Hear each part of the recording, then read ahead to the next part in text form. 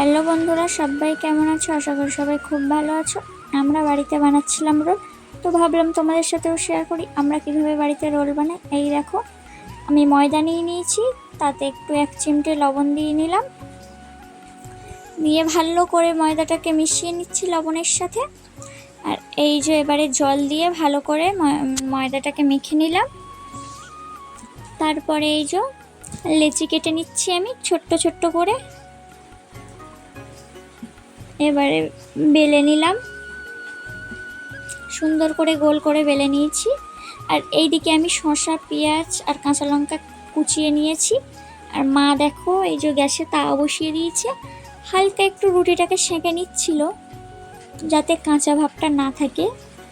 আমরা বাড়িতে রোল বানালে ঠিক এইভাবেই বানাই। দেখো তাওয়াতে এই যে ডিম দিয়ে দিয়েছে, এবারে তার উপরে এই যে রুটিটা দিয়ে দেবে, এবারে দিয়ে দেবে তেল সাইড থেকে।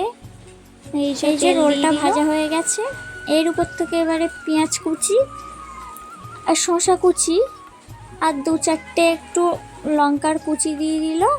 এবারে এই যে দিয়ে দিচ্ছে কিষান সস। আর আমার মানে রোলটা একদম পুরো দোকানের মতো মোড়ে, ওই জন্য মাকে বললাম রোলটা তুমিই মোড়ো। আমি 2টো মুড়েছি কিন্তু সেটা ভালো হয়নি, কিন্তু মা খুব সুন্দর রোলটা মুড়তে পারে, ওই জন্য মাকেই বললাম। আর তোমাদের এই ভিডিওটা কেমন লাগলো অবশ্যই কমেন্টে জানিও। টাটা বন্ধুরা।